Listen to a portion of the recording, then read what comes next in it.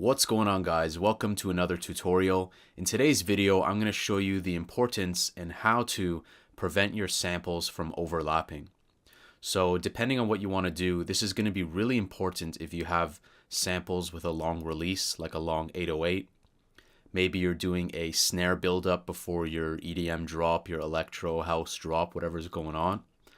And the reason for this is because sometimes you have samples, right, that are being played so fast that you don't want them overlapping over each other, because then you'll just get a doubling or tripling effect, unless that's what you intend. So I'm going to show you how you can cut your groups in FL Studio and prevent those samples from overlapping. This way, if you have very fast patterns, it'll always be snappy, but you'll still get the release when the notes are a longer distance between each other. So let's go ahead and play the example.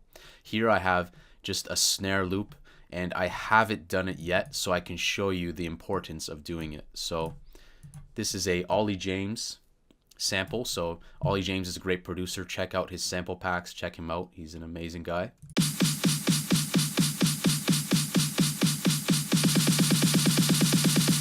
So it might not be as noticeable, but if we go here and we have a listen,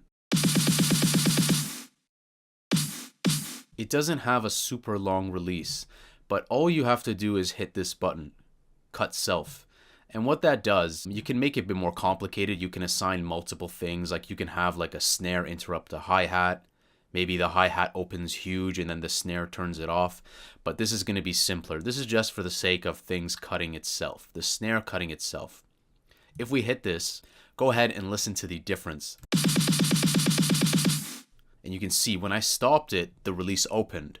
But so long as there's notes in between, even if it's super small micro notes, it will interrupt itself. And that way you get that initial punch of the snare, but you do not get overlapping releases, which can be really bad, especially if you have like effects on top of that. It can make it very blurry in your mix, and it will not let the snare kind of punch through because it's just creating a lot of blur. A more extreme example would be something like this 808. So I sampled an 808 I made in Massive, and let's go ahead and play this 808. So you can see it has a very long release.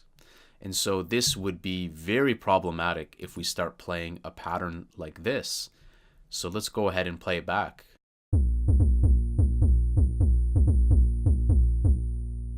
And then at first glance, we might be like, okay, well, what's wrong with that? But the thing is that it's overlapping the tail of the 808.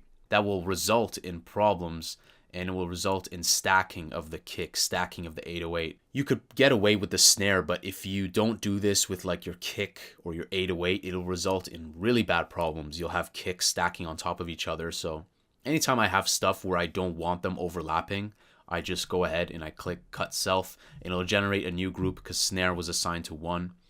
And that way we're not going to have overlaps. Let's go ahead and listen to the new sound. And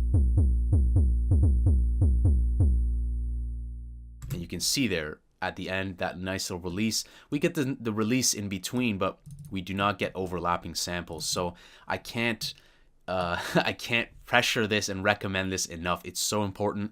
I learned this from a video by Metro Boomin, where he was talking about preventing his sub bass and basses like from stacking on top of each other. So if you guys are looking for an easy solution to prevent your kick from overlapping onto the next bar, onto the next note, you don't want the 808s to stack on top of each other, you don't want the snares to stack on top of each other, this is going to be your go-to. Definitely, I take advantage of this in every project that I work in. So look no further than that. Pop open the sample, go ahead and hit cut self, and that will prevent the sample from overlapping in your project. So I hope you guys really like this tip. It's an excellent tip, and I use it all the time. So if you guys like this video, go ahead and smash the like button, drop a comment. Let me know what you guys want to see in the future. I'm always down for suggestions, feedback, requests. And I'm also going to be doing a series in November where I want to do a beginner series of FL Studio and teach a beginner how to use it from beginning to end. You know, not being familiar with the playlist, the pattern, the mixer, how to do everything from start to finish. So look forward to that, and I'll see you guys in the next tutorial. Take care.